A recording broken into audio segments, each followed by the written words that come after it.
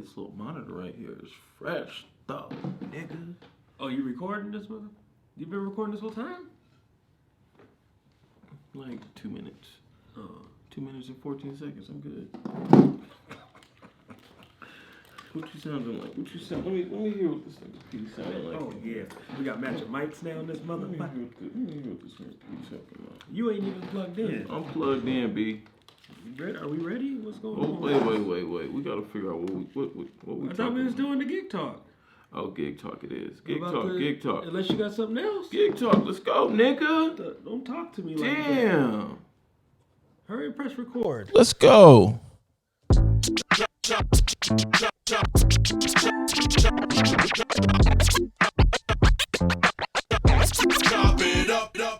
Yes. It is your man Anthony Smith, and I'm sitting here with my guy. Yo, P in the building. And this is your weekly dose of Chop It Up, where we do what we do with the cameras and the recording and the videos and stuff. We are back. We finally got 2 matching mics. We trying to up this quality for y'all and get it, A1 as A1 as possible. We appreciate everybody out there that's checking us, vibing with us, and all of that. But during this pandemic, as they call it, we still out here trying to do what we can to just give y'all weeklies. Right, we still got it. You know, the clock ain't stopping. So we out here, we still doing what we got to do. Doing what we got to do. P, what we talking about today? Man, we could just run over just this past gig that you were able to come out here and help me with, bro. Ooh wee. Okay. This thing was crazy. So this is just gonna be like a gig talk. We're just gonna have fun with it like we always do, gig talk. Flow. We gonna, man, anybody that's out there, if you guys can put together a gig talk jingle for us, that will be dope, man. Somebody who's listening, put together a gig talk jingle, and if we like it enough, we gonna use it every single time we do gig talk. But if not, I say the next couple of weeks, me and P are gonna make something up. But we would love for one of you guys to make it. I need it to be mad corny, man, hella corny, like gig talk, gig talk, gig talk. So I need it to be corny as hell. Something dope, you know what I mean? Something corny, just something that we can have fun with. And just to let you guys know that we really messing with you guys out there. So if somebody could create something for that, then that'd be dope. Yes, sir. So I, my pastor got elevated to a bishop this past weekend. And this was serious business. I had no idea what I was stepping into. Ant don't really go to church, so I had no idea. He just said, it's gonna be like kind of like a wedding in quinceañera, but this and that. Blah. I had no idea, and I didn't know all the way either. So, so they had a rehearsal last week, and we stepped into the rehearsal, and it was good. Everything was, we talked about what we're going to do. We talked about the movements. We watched everything that was going on. We got our game plan together, and then we showed up the day of, and it was bananas. It was not what practice was. Practice was one thing. Rehearsals was one thing. Oh, my God. What actually happened was a complete other thing. And I gotta, we talk about like networking and all that. There's a reason why I reached out to Ant to help me with this project, and it was for the reasons of what happened. We literally at the beginning of the gig got split into 2 different rooms, and we were flying solo. You go this way, I go that way. And the confidence that I'm able to have in Ant on a gig is, it's. I wasn't even worried. I wasn't even worried, but I can tell you, like, if I didn't have somebody else there, I would have been super stressed. And sometimes just having somebody that you can trust and you don't have to continuously like think for them is just something that's going to make not only the gig go better, but you feel a lot better. And there's a lot less stress on you because you're the person that they're going to be looking at the end of the day. Like, why didn't this come together? Because you were hired to do the gig and you chose to, bring a friend in or bring somebody in that you trust. So it's hard to have that, and you got to have that in this industry that we're in. You want to have somebody that you can trust, and you could just say 2-3 words, and the other person is just like, I got it. Don't say no mas. I got it. You go and do you, and I'm gonna come over here. And normally when you get into these venues, a lot of the times you're within proximity. You know, hand signals work, this and that work. But we were in a church, and the church had, about 20 huge. different rooms. Right, it's a huge. I couldn't even walk out of the door and go look for P if I wanted to. And then got lost. And then we're in the church. So it's like, sometimes you get so far away and you could just make a phone call or a text message. I'm on some non-disrespectful stuff, and so is P. So both phones were on airplane mode, like silent. Like we weren't getting we literally had to pull our phones out of our pocket, open them up, and look at them because they weren't going to make any sounds while we were in that church, while what was going on. So it wasn't even a lot of times like I had the confidence I did have the confidence in myself, but even if I wanted to contact P, it was going to be a mission, and I was not going to get a direct answer. And more than likely, by the time I sent the question that I had, I was going to be sitting there waiting, throw it back in my pocket. Then he would get it a couple minutes later. So the communication wasn't able to be there. And that was the first time I realized, like, man, I think I'm going to order something else. And I was like, P, I'm going to get us some walkie-talkies, dog. Right. No, it's definitely something. I'm talking about the Secret Service joints. Right. Something we can put in the ear. Yeah. And just because it was, we ended up both, from rehearsal. So rehearsal, we were supposed to be there to just watch. Yes. I just brought the cameras just so that I can set the white balances, see what looked good, see what the lighting was going to be like. I'm like, this practice is going to be full run. I can jump ahead and already take these notes. Nah. They were like, so y'all taking pictures and recording right now, right? And we just looked at each other like, all right, let's go. I was like, here, take GH. I got Sony. Let's go. Let's do it. So it turned into like straight work there. We didn't even expect to even have to do any of that. But even when we got separated, so I couldn't even talk to Ant if I wanted to. And, I know how to cover a lot of ground, but I ended up having like the apostles, and they were doing like the seal of the certificates. And then, you had the Wait, you got to break senior. this down because you said apostles. I don't even know what an apostle is, and I was there. That's something that's in the church that's super high. It got to be something super high if they were the ones who was signing the paperwork. Right. So, so not anybody just becomes bishop.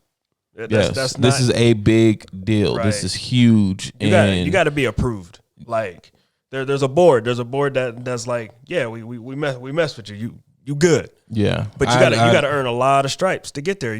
Pastor's been pastoring 40 years. That's a long time, He didn't say 4. He said 40 years. 40. He been doing this. Been doing it. So it's because you basically take on the role of like how can I explain it? So when you're a pastor, the way that it was understood to me is you have your one local church. Right. When you become bishop, you're a bishop over like 30, 40, 50 churches, depending upon what's in your region or what's in your area. Exactly. So you go from just running one church to running not only that one church, but also these other 40 or 50 pastors are looking up to you because you're now their local bishop. Right. So it's like being from like promoted from store manager to district manager. Yeah. So now you got a gang of stores now. And that was one thing that was important for P to explain to me because that let me know how big of an event this was. And not saying that like your professionalism changes or anything like that, but it just puts a little bit more pressure on you because this is a huge gig, like as many times as you do weddings, after you do so many of them, it's just another wedding day. It's important to the people that are on the other side, of course, but to you, it's just another wedding. This had been the very first time that I've ever done anything like this. So it took me back to like the very first wedding or the very first huge event, the very first big dog show that I had went to. All of those very first, you still get those like those chills, you know what I mean? Like, right. Because what happens, I was sweating. We was both sweating. Yeah. You don't really know what's going to happen on the inside of the doors. And then when somebody's becoming bishop, there's a couple people that are taking charge, but there's so many people that feel like they want you to do something, but you have an overall job to do. So a lot of times, like, we weren't trying to be disrespectful, but we can't be pulled in 100 different directions. You know what I mean? We have to get what's most important at that time. Like, I can leave and go get this ornament that you just put out, which is supposed to be important. But when the bishop walks in, there's going to be nobody to capture that. Right. 100%. You know what I mean? So you got to know when to say no and how to say no and still be polite, because at the end of the day, these are still the Lord's people. So I'm like, how am I going to tell her no? But I know that I can't go. I know that I can't leave this room right now because I got literally 2 to 3 minutes before they're about to walk in. And she wants me to go run all the way to the other side of the church to go get some ornament that she just put out. It's just not going to happen. So I just told her, basically what I told her was, I'll get it right after Bishop comes in. Let him come in, let him start. And she low-key kind of sat down and she realized like maybe that's not important, you know, but it was just about having that conversation and the right way of having it. But that was only one thing that came up. It was going down all day. It ended up working out super smooth, no doubt, but it was just a way longer for P. Yeah, I started. So you know, we had rehearsal, you know, we thought rehearsal was going to be quick. Rehearsal was 3 hours. And then I mean, rehearsal kept going. I told Ant to leave. Hello. So, and then the next day, so I get everything organized for the next day, and you know, Ant's not coming until 2:30 or whatever. I start at 7 in the morning because I had to get, you know, Pastor getting ready because I'm filming this kind of like in a short film, like documentary style. I didn't want to like film it like a wedding. It's almost set up like a wedding, but I wanted more out of it because of what it is. Right. He's building a feature film right now. He's working on a feature film. I'm talking, my man got about 2-3 terabytes full of footage right now. I had to buy a hard drive after the first day. I was like, yeah, blowing up hard drives. All right. We almost maxed all of our memory cards out. We were down to running on the micro SDs. I'm not gonna lie to y'all. We was on micro SDs. I'm not. This dude had me. He had to be 2 micro SDs with just 1 clip a piece on. I said, "Hey, it's something on here. Get them. I don't know if you're gonna need it, but get it." But it was crazy. Like I said, man, like to if I didn't have Ant there, because we were taking, not only that, we were taking pictures too. So we were doing a lot, and it was cool. We actually got a really good compliment from the staff, and they were like, "You guys, we didn't even know you were here." That's always good when you're doing your job and not realize that you're doing your job. They were like, you know, stand out the way, get in the shot. Right. They were like, we saw you get snapping, and then you would do that, and then we would see you in the back of the room, and then we see you over here. Like ninjas in there. You should have seen P with his ashy elbow though.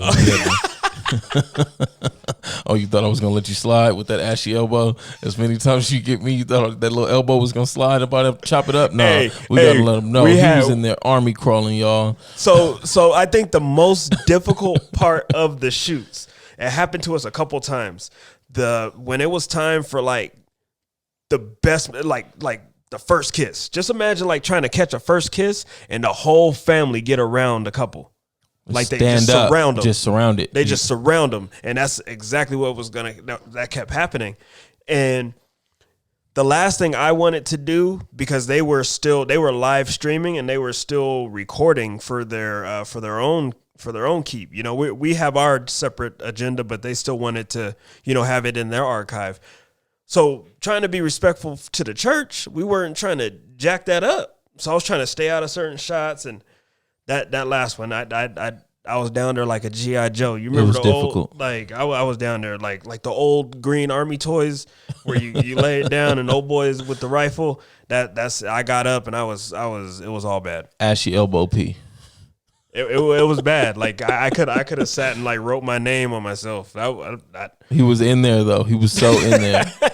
The best part of everything is so P was shooting tight and I was shooting wide. Us being able to stay out of each other's way was just like, it was seamless. It was literally like we didn't have to talk. We just looked just to see where we were at, and it was just like boom, go, shot.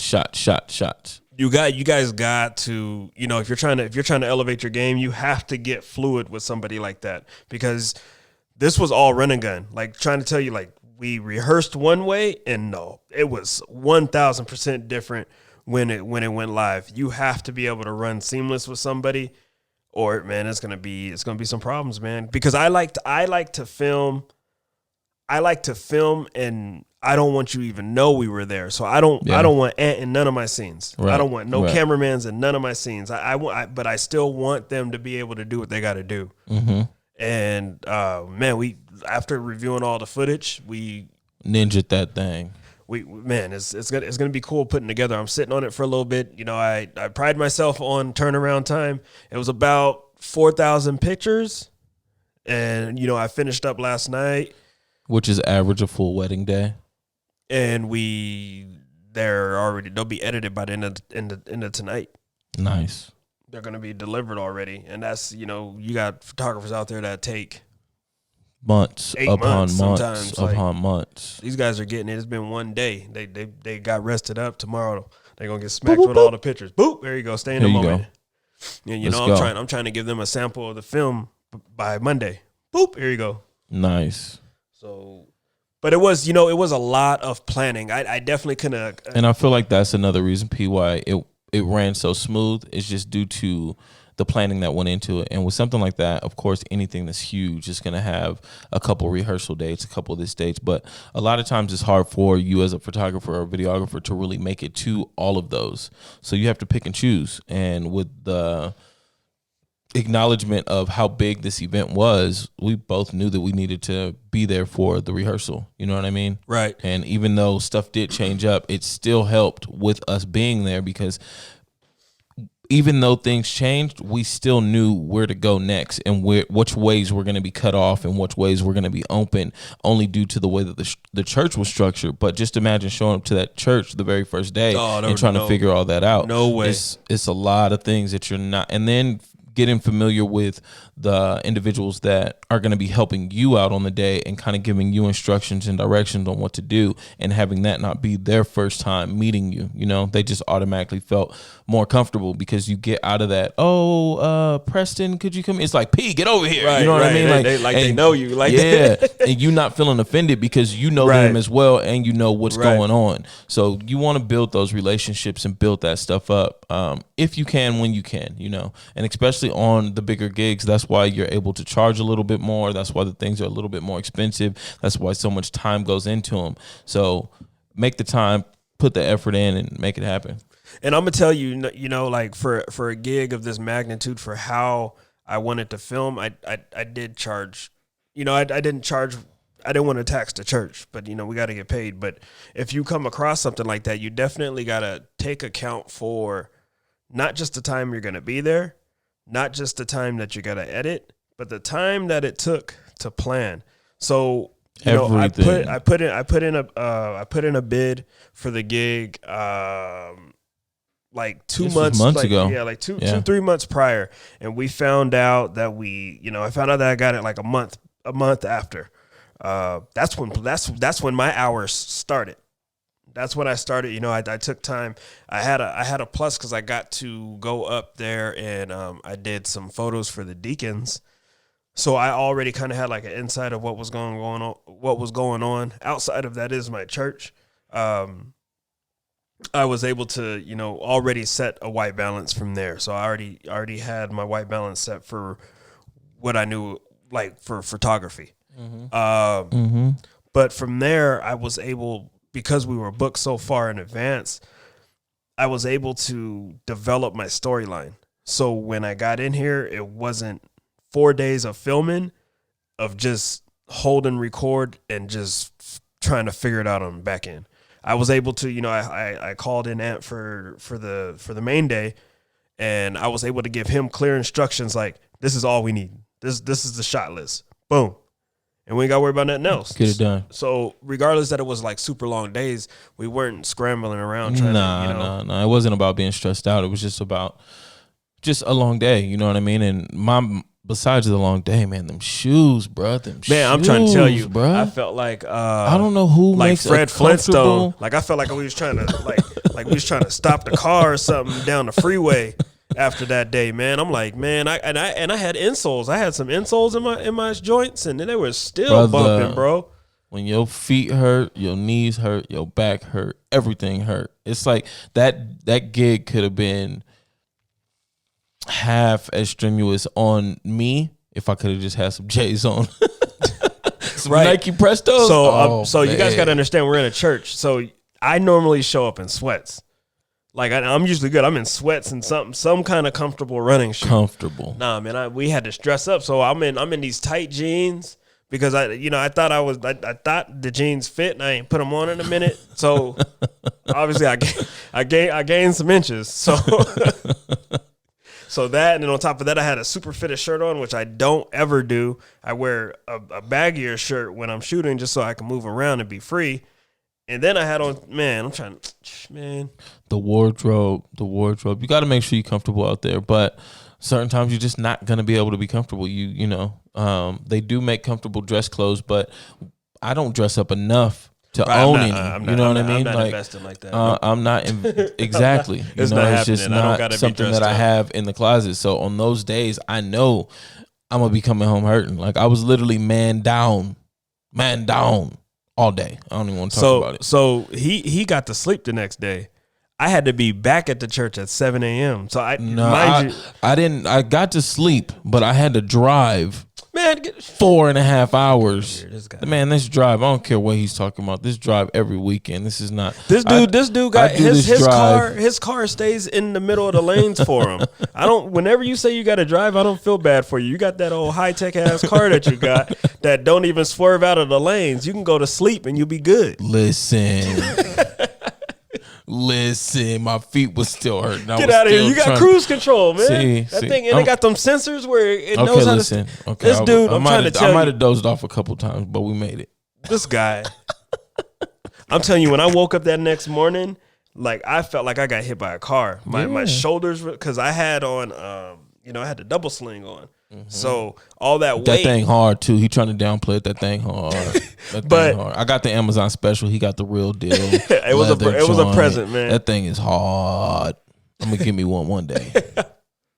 But we ran with the GH, and people are like, why you always run with that? Da, da, da, da. Even folks that were there, they were like, man, what about that Black Magic? And I'm like, this thing has a stabilizer. I don't have to run around with a gimbal.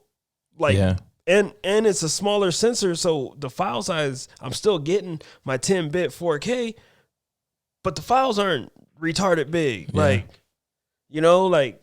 Because we ran two GHs, and then we had the EOS R, and the EOS R kept eating up all the memory cards. Big files. That thing was chomping them down. Big files. But yeah, man, I woke up super sore. I had to get up, and I ran solo on Sunday. Man, my forearms are cramping. My hands were getting stuck. I don't know if y'all ever experienced that. That sucks, man. My camera, I'm trying to hold the camera. It's feeling heavy. I'm jiggling it around, man. But I will tell you this, because I love what I do, and I'm speaking for myself. I know it might feel this way, but it didn't feel like work. No. And like as tired as I still am, I feel like it was so much worth it. I was excited going into it, knowing that it was gonna like definitely be my biggest gig to date.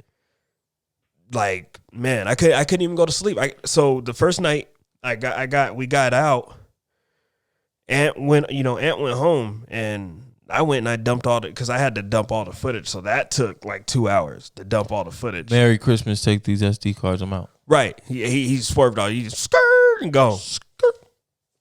So whatever. So, so then I get back up and I handle my business. So even like last night was the last everything. I dumped my cards, and I was so excited, I just started editing pictures. Like I didn't getting to them. I was up to 4 a.m. Yeah. That's what's up. They would have got dumped out. I went in the room and laid up with my girl and watched a movie. No, I was up to 4 a.m, man. I got half of them done last night, right after the gig. That's I don't know. Folks are like, well, how do you turn around? That's how I turn around footage, man. I am generally excited every time I shoot something, no matter what it is, and I just love to like dive in and see what I got done. For this particular gig, it was very scary. Normally, I would have Anthony come do any photography that had to do with flash, because I'm scared of it. But I'm like, how'd that go? I forgot to ask you. Man, I finally got it. Little heat, got the heat. Well, I got some of it. You know, it was hard to understand how to compensate the flash with the shutter speed, and you know, they started moving around when they were still. It was fine, but then they started moving around, and I had some of them looking like they were in the Matrix. They were like, yo. They had all kinds of. So I had to adjust that on the fly, but man. And I knew it was gonna happen. And told me, he was like, "Man, as soon as you get it, you're gonna love it." And now I don't want to take pictures without a flash. Without flash, man, I'm telling you. All the people that be out there with the natural light, and I love this. But I still love that. But now that for this flash type of situation, I finally understood how to get that ambient light in the back looking good and still get them super exposed. Oh. Pfft. Yeah, y'all better watch out. I'm coming for it now. I like the sharpness that comes off, the crispiness that comes off that flash when you get it right. And then you could just, you kind of dress that thing up and move it around and just start getting playful with it once you get the basics down and start really having fun. Yeah, man. I hope you guys, that was we jumped all the way around, man. And as always, I would hope that you guys pull something out of what we're talking about. And we always appreciate you guys chiming in, man, and checking us out. Stay safe out there. Keep them hands clean. No partying in large crowds right now. Nah. Kicking it with the fam. You know what I mean? Times like this, we just got to slow down a little bit. As much as we don't want to, you kind of have to. So until we get this corona out the U.S., everybody just stay clean. And wash your ass. I'm your man, Anthony Smith. Be in the building. And this is